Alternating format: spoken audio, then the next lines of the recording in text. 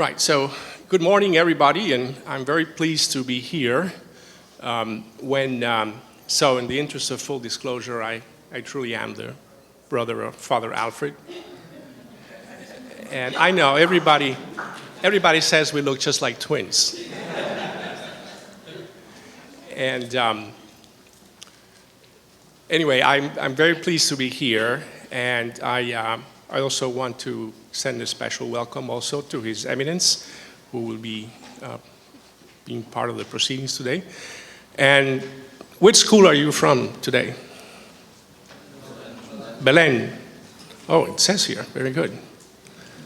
I recognize the Jesuit coat of arms there. And where are you from? You're from here? St. Thomas? St. Thomas. Okay.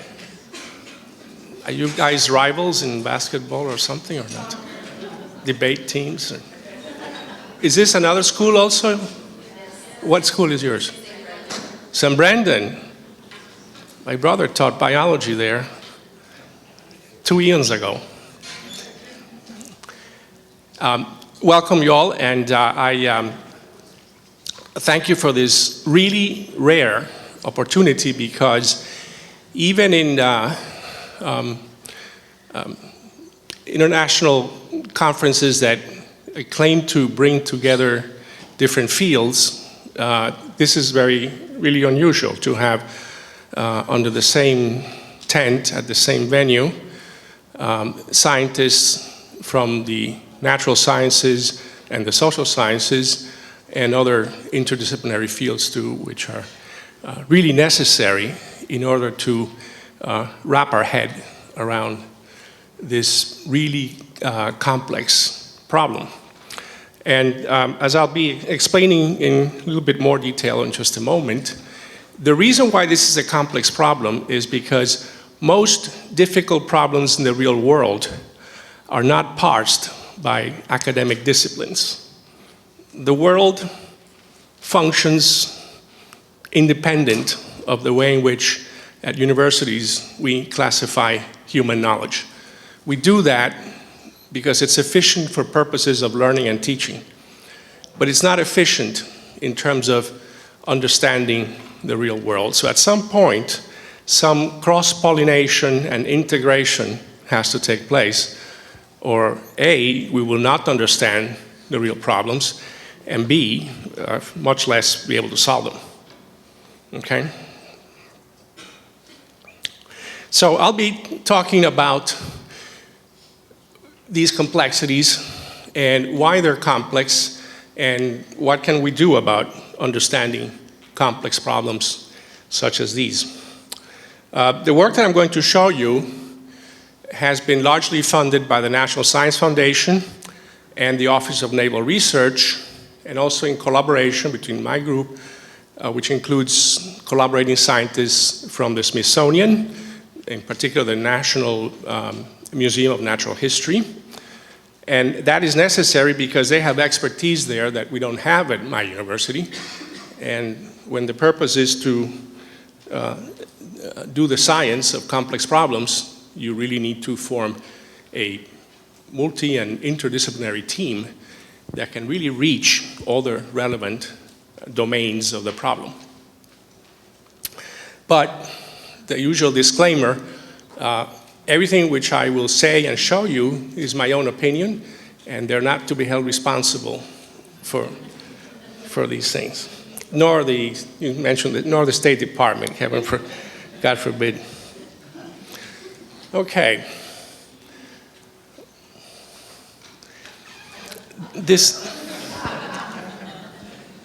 Sorry, Richard, this is a social science favorite though. Would it be possible to dim the lights a little bit, because I will have graphics that require a little bit more contrast? And okay. This is from a great book, which I greatly recommend. If anything that you see here today interests you, follow up with this reading, okay? Because it's an outstanding book by Mike Lave and Jim Marsh, two well-known social scientists. And this is the overview of what I'm going to be talking about. First, I'm going to introduce this topic in terms of a couple of important questions. okay? And this is important because in science, we design our research around research questions. No research questions, no research, no models, no theories. Questions drive what we do, okay? So the research question is very important. Now these questions later can be fine-tuned and revised and enhanced and varied and so forth, but you have to start with a research question, right?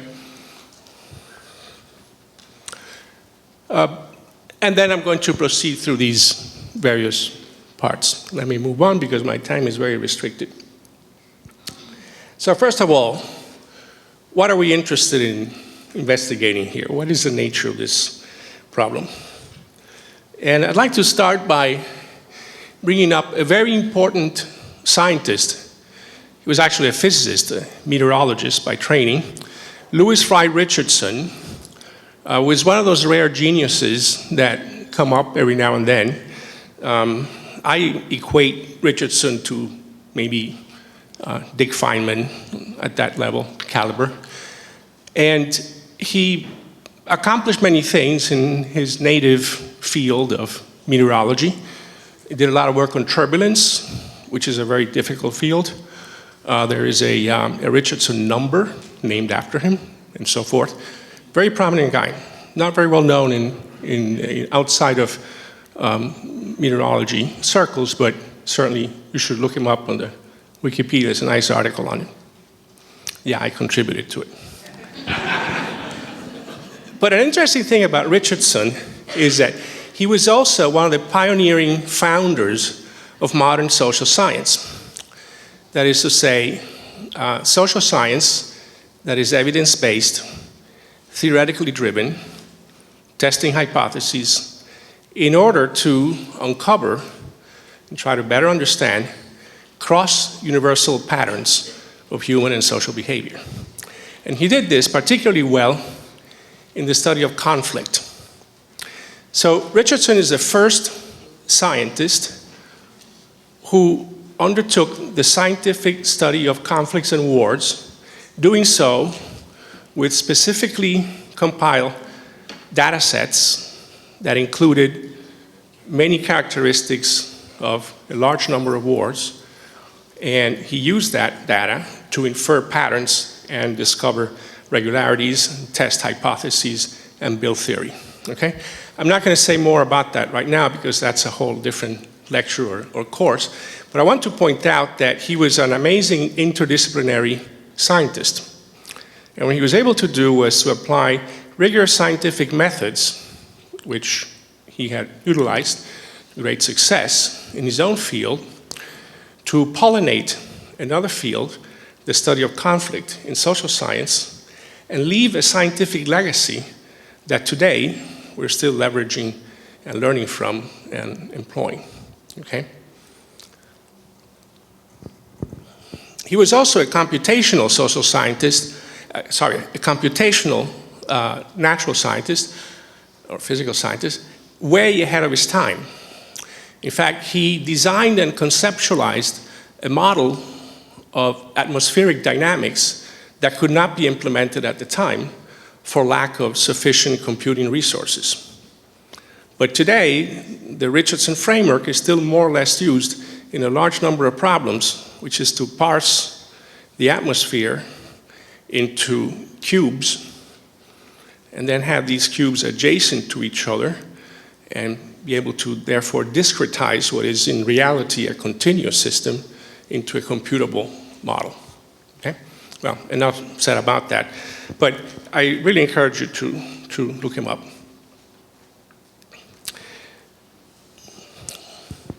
So what are the research questions here? This really, I wanted to boil this down to two because we have very limited time. And the first, of course, is how do climate and climate change, those are different things, right? Okay? One is the state variable, the state of the system, climate. Climate change is its variation over time. Okay? So it's like the simple function, and the other is its first derivative with respect to time. right? So x and dx dt. So how do these factors affect human and social dynamics? Okay. It's a broad question, but it can be rendered in many different operational questions that can be investigated and tested. I'm going to show you how we do some of this work. The second question is something which is more methodological, but I'm sure maybe you have been puzzled about. Why is it that why do we need computer models to address a question like that? I mean, computers only complicate things, right? We know that. But they also enable us to see certain things that we can't get to know otherwise. So a computer, you should think about a computer pretty much the same way as you think about a telescope. A telescope was the instrument, the scientific instrument that enabled Galileo to see and observe and theorize about phenomena in the real world that was otherwise inaccessible without the medium of the telescope. Now, some of the stuff he saw and reported got him into a little bit of trouble, but that's par for the course. So he saw for the first time sunspots. No one had any idea that the sun had spots. And that wasn't such a good idea because the sun was supposed to be pretty perfect. But with spots, that really dented the image of the sun. And then he discovered another thing with the telescope and very systematic observation. Now, not only the sun had spots, but the spots were moving. They weren't standing still. They were not stationary. They were moving around, which got him into further trouble because now the warts on the sun are not even standing still. They're wiggling around in ways that nobody understands how. So anyway, but the point is that the telescope, the optical telescope, opened up for scientific investigation vast areas of the universe that were unknown or not accessible. The same thing happened when Louis Pasteur invented the microscope.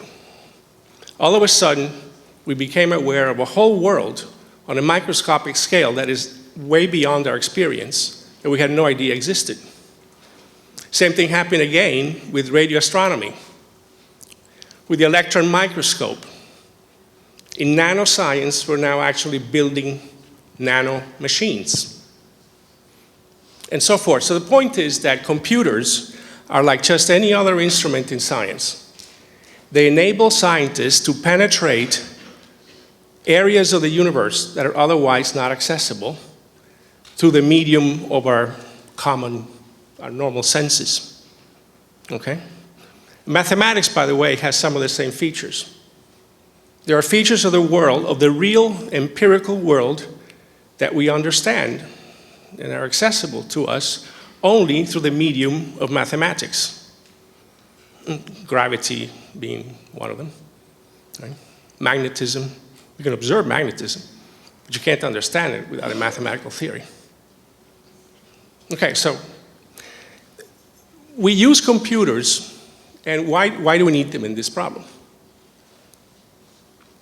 So let me get to the second part and start with the complexities. And to do this, we really have to ask a related question. What kind of social science are we talking about here? Okay, so I'm a social scientist. I'm a computational social scientist, but that's just a methodological designation. At root, I'm a social scientist. But we're talking about the kind of social science here that is interdisciplinary, because this problem requires accessing different domains. Remember the research question, okay? That's what's driving all of this. How do humans and societies, how are they affected by climate and climate change? So to answer that question, we need interdisciplinary research that somehow integrates scientific knowledge from these various domains, from domains of natural science and domains of social science. By the way, I'm being a little bit loose here with my terms,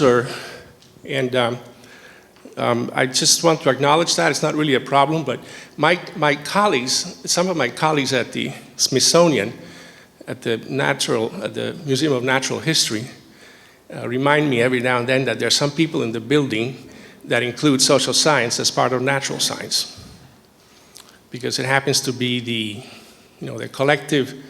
science of collective behavior of one of the animal species.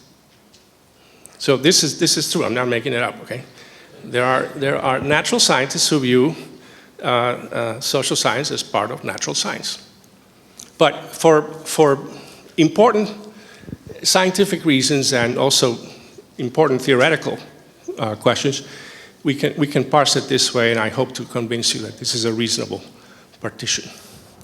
Now, much of this is based on a very important book that came out for the first time in 1969. Yes, I know that's like the late Neolithic or something like that. In 1969, by another remarkable scientist by the name of Herbert Simon. Herbert Simon is better known in computer science and in social science than he is in the natural sciences. He was one of the founders of artificial intelligence with Minsky and others of that generation. And this book, entitled The Sciences of the Artificial, went through 3 editions. The final edition was published in 1979. And it includes a chapter on complex systems and artificial intelligence, and I highly recommend it to you, because he, in this book, explained a claim that has been very helpful in understanding a broad range of social phenomena. And it is that we as humans build or create artifacts, artificial systems of many kinds and different scales, sometimes very complex ones, not because we're really smart or very complex in our thinking. In fact, we're not. But these are structures that enable us to adapt to and overcome challenges in what can be very complex environments. One of my favorite examples is the International Space Station, the ISS. It's an amazing piece it's an amazing artifact. And the reason why it's so complex is huge complexity. By the way, when I talk about the ISS, the space station is not just the space station out there. To really understand the entire system, you have to include all the support systems on Earth that enable the performance and sustained stability of the station. And that has to do with communications, with supplies, all kinds of things, okay? So, for the 6-7 people up there are, for each of them, maybe 10,000 down here with all kinds of paraphernalia and supply systems and so forth, supply chains and what have you not. So that's really the whole International Space Station, not just the spacecraft itself. But this craft itself has amazing complexity. And the reason why it's so complex is because 6 people are not naturally intended or designed to be there. Space is a horrifically unforgiving, lethal environment.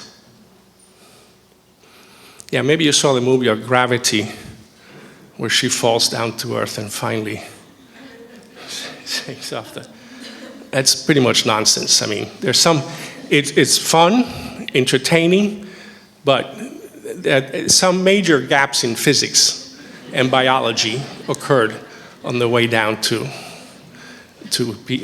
healthy reentry. So I think you get the point.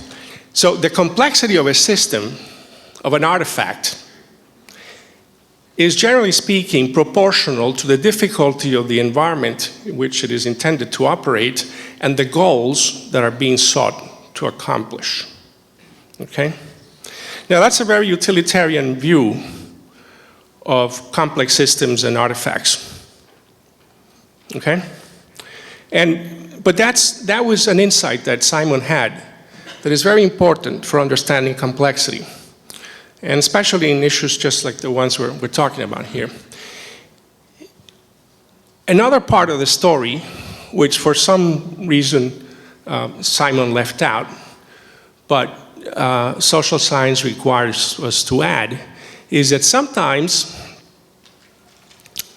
an artifact doesn't have necessarily a utilitarian direct motivation or mission, okay? So, for example, the complexity of wine was not invented in order to operate in some kind of a challenging environment. So there are things that we create in art and aesthetics and so forth simply because they enhance our quality of life. Okay? And that's important to understand too, because civilization creates a lot to improve quality of life over the previous condition. But these two things are very important: challenging environments and living better. Living better, by the way, is a pattern that social scientists refer to as a cross-cultural universal. A cross-cultural universal means a behavior, a human or societal group behavior, that is true independent of culture. Okay? People everywhere hope to live better, want to live better. Normal people. Okay? I have no qualm saying that. Okay? Normal people everywhere, in every culture, wish to live better, not worse. Imagine that. Sometimes that can be a personal wish. Sometimes it is a vicarious wish. Do you guys know what vicarious is? What's vicarious? It's living, it's like wanting, it's to experience things through another person. Exactly, on behalf of others. So a person, for example, may make many sacrifices in their lives and live worse off and worse off because savings are being set aside for the children or others. That's vicarious wish to live better, okay? We have to be very clear about that, because it's not like, this is not a claim that everybody's just happy, happy, happy, always trying to, live better all the time. Sometimes there are sacrifices which are necessary. It's part of human life, okay? But that's part of this pursuit. So now, the thing is that artifacts are everywhere, right? You all recognize the top pictures, a graduation, taking a little repair out there on the International Space Station. This, I don't know if the light maybe is not good contrast here. It's a large super tanker headed towards one of the famous hurricanes. I think it was Gloria or Andrew or one of those about 10 or 15 years ago. The Biosphere Project in the Southwest. All of these are artifacts. Look at all the academic paraphernalia, right? These are artifacts. Now, they're not designed for challenging environments. They're just tradition and aesthetics. So, it's part of our culture, right? Especially in the academic world. But they're artifacts. They're not natural, okay? They're not natural. So let me turn to this next. Have any of you ever seen this before? More than an artifact, this is really a conceptual object. It's called the Borromean rings. The Borromean rings are an object in geometry, particularly in computational geometry. And there are three rings, and they have the feature of being interlocked. If you observe together, if you observe carefully, it's not just two of them interlocked and then the third one added on to one of the other two. All three are. And when you see this, has anyone ever seen this before? Borromean ring? Oh, very good. You can't take them apart. They're just built that way, right? And you probably can't help but think of sets also, right? set union, an intersection. Kind of looks like what kind of a diagram is that? Venn diagram, very good. One or two ends? Two ends, very good, yeah. A Venn diagram. So these three elements are interlocked in such a way that we might call them coupled, right? They're coupled. And this is the first important idea that I want to express here. This coupling takes place is very important to understand in the type of problem that we're addressing here about climate change and effects on humans. It's very, very important. So think of three different classes, three different categories of systems. Think of the whole world divided into three types of entities. Some of these are human, others are from a natural environment, and then you have artifacts, built stuff. This is an artificial system, right? There's nothing natural about this. So, for example, our little world in here this morning consists of humans and artifacts, period. There's not even a plastic plant here. Plastic plant doesn't count as natural, it's an artifact. Okay? So that means that here we just have the humans and artifacts, that's it. There's no nature here. But in the real world, where the effects of climate change are being affected, you do have all three, okay? And the other thing to notice about this, sorry, let me take the rings out. So these are coupled categories. And they're coupled by multiple relations. These are two-way interactions between each of the three pairs. And it's very important to understand the fundamental nature of these interactions because they're different, but they're few and they can be specified, okay? There's this misconception out there that, oh my goodness, this problem is so complex that there's no way to understand and grasp all the relations and dependencies and so forth. That is a misconception. It's not scientifically productive. Yes, there are many dependencies and many interactions and lots of complex dynamics, but they're finite, and the most important ones can be understood. That doesn't mean that we understand all of them in detail already. But this is a tractable problem. This is not intractable for scientific purposes, okay? So the best way to begin characterizing these relationships is with verbs that we use in language. So for example, the thing about artifacts and humans, we talked about this in terms of the telescope, the microscope, the computer. Instruments enable humans to do things. Go to Mars, go under the sea. A book, an artifact, enables us to learn, acquire knowledge we didn't have. Maybe the 21st century's artifact, right? And so forth. The relation between, so these are directed relations, directed associations, okay? They're not the same going the other way, right? So the relation from humans to artifacts is, well, humans build artifacts, all right? Nature affects humans, and humans are modifying nature, or can modify nature. For example, the biospheric project in the Southwest modifies the natural weather of that spot. In New Mexico or Arizona, wherever it is, I forget which of the two states it is. That is an artificial modification of nature at that spot, and so on. So, the acronym of CHANS stands simply for coupled human, artificial, and natural system. coupled human artificial natural system, chance. And so it has a number of categories.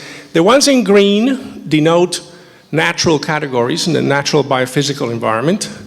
The ones in red, human and social, okay? And the ones in black are the artifacts. Now, something is very important, which I did not highlight earlier, and this may be new to a number of you in the audience. When we speak about artifacts in social science, we mean not only the engineered, hard stuff, tangible. Some artifacts that we build, that we create intentionally, are intangible. For example, institutions, okay, are artifacts. They're artificial systems. Institutions are often codified into laws. So constitutional law, for example, describes the legal organization of a modern polity, a modern state, and system of government, right? Through all its branches and processes and what have you not. A constitution is an artifact from this point of view in the same sense as the Golden Gate Bridge is an artifact. Note that a constitution, as much as a bridge, enables us to do things that we may otherwise not be able to do without that artifact. Because we have a constitution and a body of laws, we're able to do things that we would normally not do. In fact, hunter-gatherers didn't do. Okay? And you get the point. It's a very important point, however, because just like physical artifacts, such as bridges or the International Space Station, need to be conceived, designed, planned, procured, built, and maintained, the same is true of intangible artifacts and ideas and constitutions and institutions and regimes and what have you not. Okay? The non-proliferation regime that contains the spread of nuclear weapons in the world is another example of a really important artifact for the world today. So, with that in mind, let me say something briefly about how a country operates. Because people, almost everybody today lives in a country. And social scientists have a specialized term for the common English language term of a country. We call it a polity. So you have an economy, a society, a polity. Right? A society is a social system consisting of individuals, groups, and social relations. An economy is a social system consisting of producers, consumers, and lenders. Yeah, and some regulators too. Okay. But it's mostly about markets and wealth, different kind of social system. The polity is a social system that highlights and looks more closely at governance. Okay? And the standard model of a polity is this. By the way, I'm using this term just like you would say, what is the standard model of an atom? The standard model of an atom has a nucleus and a set of electrons in various orbits. And that's the standard model, has many variations depending on the parameters and the specs, the features of the atom that we're talking about. Very different hydrogen from C14 or uranium, various isotopes and so forth. But there's a standard core concept of an atom. So the standard model of a polity works like this. A polity consists of basically two components. You have a society of individuals over there in red, okay, individuals, households, groups. And then you have a system of government, okay, with branches and public administration and so forth. For ease, when you think about it, it's the state, basically. And Those two fundamental components of a polity are always situated in some kind of a natural environment, because every country is somewhere in the world, right? It's not just in orbit. Not yet. Soon. We'll see, maybe in 5 years or so. And what happens is that, please bear with me for this, okay? We're talking about a standard model, so there are all kinds of real-world variations on this. Some of them are totally pathological and parasitic and abusive, but that's not what polities are designed for. That's a different situation. What happens is that in the normal life of every society, issues arise. And public issues are such that they always affect, by definition, a collectivity of people, as opposed to private issues that concern only individuals or private households, okay? So when inflation goes up, that is a public issue. It's not a private one because lots of people are affected. People who cannot automatically adjust their income when inflation goes up. So as a result of that, public issues arise. They stress a sufficiently large number of members of society. That pressure is put on government to enact policies to mitigate the issue. So I think of it like a sort of a thermostatic, cybernetic mechanism here that tries to maintain and compensate its own stability, right? A problem arises, climate change, it puts pressure on society, and society can do something about it, but mostly governmental policies do a lot of this, a lot of the heavy lifting. There's a lot to be said about this, but the important thing to note is that the way in which governments operate is primarily through the production of public policies capable of mitigating, controlling, and managing the issue, okay? And that is done through a process of procuring resources and building capacity to do that, because it doesn't come out of the blue, right? Now, in the specific instance here, the dynamics, I'm maintaining the same color coding here to go from one to the next. The specific way in which you trace effects of climate change on society is mostly through the effect it has on the built environment, and some of it directly on human activities. So what do we have here? On the left we have climate, and here we have the land surface and water, for example, oceans and inland waters. We have in red here people, households, which have one of the attributes of households is how satisfied or dissatisfied they are with the current situation, right? And they engage in various activities such as farming or herding or fishing or the things that are directly related to environmental activity, the state of the environment. And they also live in dwellings such as buildings, and other infrastructure includes the creation of government and physical infrastructure such as roads, communication systems, financial services, water supply, all kinds of things, right? Infrastructure. When climate changes, it has direct effects on infrastructure, on buildings, but it also does so on land surface. For example, by thawing of the permafrost. Thawing of the permafrost, which is an effect here, destabilizes infrastructure and dwellings that sit on it. These are structures that were built when infrastructure was hard and frozen. When permafrost thaws, the mush destabilizes everything built on top of it. In the boreal and Arctic regions, that is, especially in the Arctic regions, the permafrost thawing is a major cause of destabilization of the livelihood of populations. Land surface change and changes in the water also affect human activities that have to do from fishing and farming and so forth. The point is that these causal links can be well specified and included in an abstraction of what's happening. Let me quickly mention an important point here.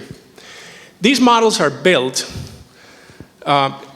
with an understanding that there's an objective difference between hazards on the one hand and disasters on the other. And this is really very important to understand from a scientific point of view, because in common ordinary language, these two concepts get commingled and it causes confusion, okay? The disaster of Pompeii happened because people were living on the sides of the volcano. If Mount Vesuvius had erupted in Roman times, anyone seen the movie? You haven't seen this movie? By the way, the same disaster is waiting to happen. The point is, when on some forgotten island a volcano erupts and there's nobody there, a disaster has not occurred. It's just a natural phenomenon, a volcanic eruption, okay? Or an earthquake occurring in a part of the world where nobody lives. Nobody gets hurt, no houses are destroyed. Do we care? Yeah, we can care from a scientific point of view, but it's not a disaster, okay? A disaster means the human consequences of the realization, the onset of some hazard. It's the consequence, it's not the hazard itself, okay? Now, some of these hazards are fast and others are slow. And that's very important because climate change is not really fast, or at least not among the fastest ones. Not like an earthquake, for example, okay? So it tends to be on the slow side of the spectrum of timescales. And the problem with this is that human responses to slow hazards is very different from what it is to fast ones. For one thing, polities are better suited to respond to fast release hazards than they are to slow ones. And there's a reason for that. And the reason is that polities have the governmental component on a time scale that is more responsive to the news cycle, and in democratic systems, to the electoral cycle. And those cycles are not on the same time scales as slow hazards, slow release hazards. And that's the design problem right there, isn't it? The artifact of the polity and the system of government is not ideally designed for slow onset hazards. Okay, that's an objective, that's a scientific observation, it's just the way it is. Can we redesign the system? Of course we can. It's an artifact, it can be changed. But that's something to keep in mind. It's very important. I'm going to jump to a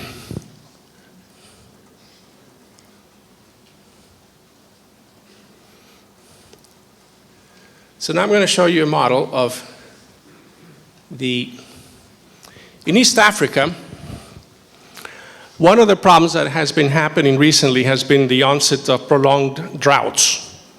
Now, droughts have happened in Africa for a long time, but in some areas, really long droughts are something new, at least in human memory of the living generations. And it's not just that droughts are getting longer, it's that the seasons of precipitation are changing in their natural pattern, or at least the pattern that has been going on for decades. And when this happens, it means that this is a large disruption to farming activities because it's next to impossible to know when to sow seeds or when to reap a harvest. If you don't have a good idea of when it will rain, it's hard to know when to sow, when to plant, right? So knowing something about the expected regularity of rain seasons is very important in farming activity, right? And so when those cycles become irregular, then it becomes very difficult to carry on. And what happens, and this is also true, by the way, for herding okay? So this is an area of the world that is directly affected by seasonal variations and climate patterns. A few years ago, so East Africa is a portion of this area. It's basically the large area around Lake Victoria, with encompassing 8 or 9 countries, 4 of them full and pieces of some of the others. And a model of this situation is really necessary because there is no way to specify all the complexities involving governance, the infrastructure, the natural environment, weather, and what have you not. You can't do that with standard methodologies based simply on mathematical models. You have to use a computer model because a computer model offers a framework in which all of these components can be added in a clear and systematic way and still be able to trust the results. Okay?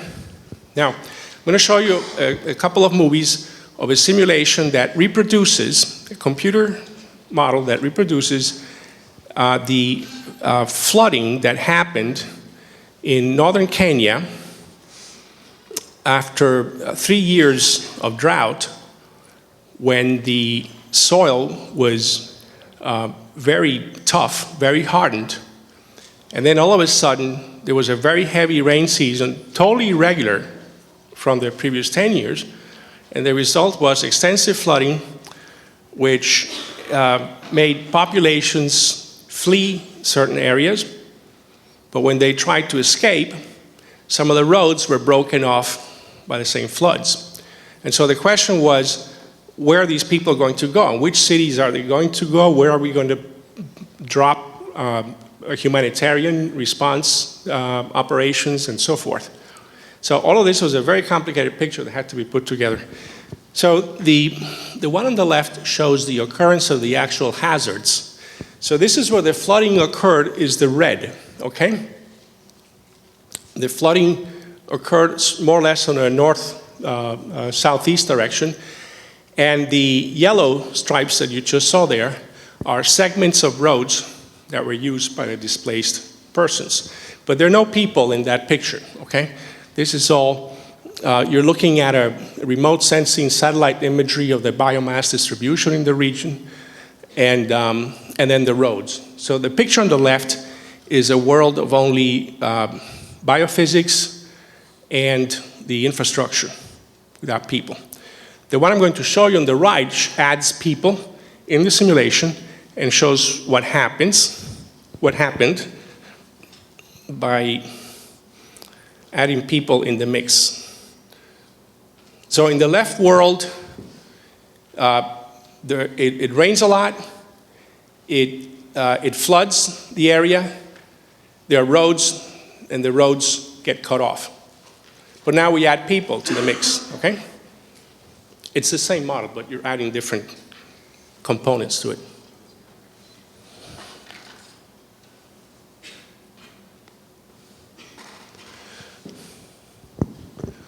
Okay, now, the model on the right, the visualization on the right of the same model, also adds a number of other roads and so forth, but that's not so important. The red dots, the red blotches there, are cities.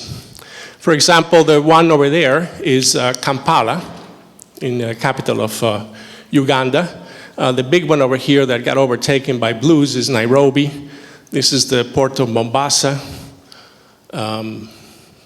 Arusha, and so on. Let me run that again. So the loop begins when people start fleeing from up there. The floods get cut off the roads, but the refugees in blue manage to go to southern Ethiopia in the north and reach to Nairobi. Nairobi was overwhelmed by a huge number of displaced people and refugees. It caused a major humanitarian crisis there. So this is an example of a model I want to show you that replicates in a very accurate way past history, okay? And this is very important because A model that fails to replicate past known measurable processes should not be used for drawing insights or running scenarios, let alone making predictions. Okay? So let me close with this. The methodology of doing this kind of research begins with motivating the research in terms of research questions. How are people affected by climate change?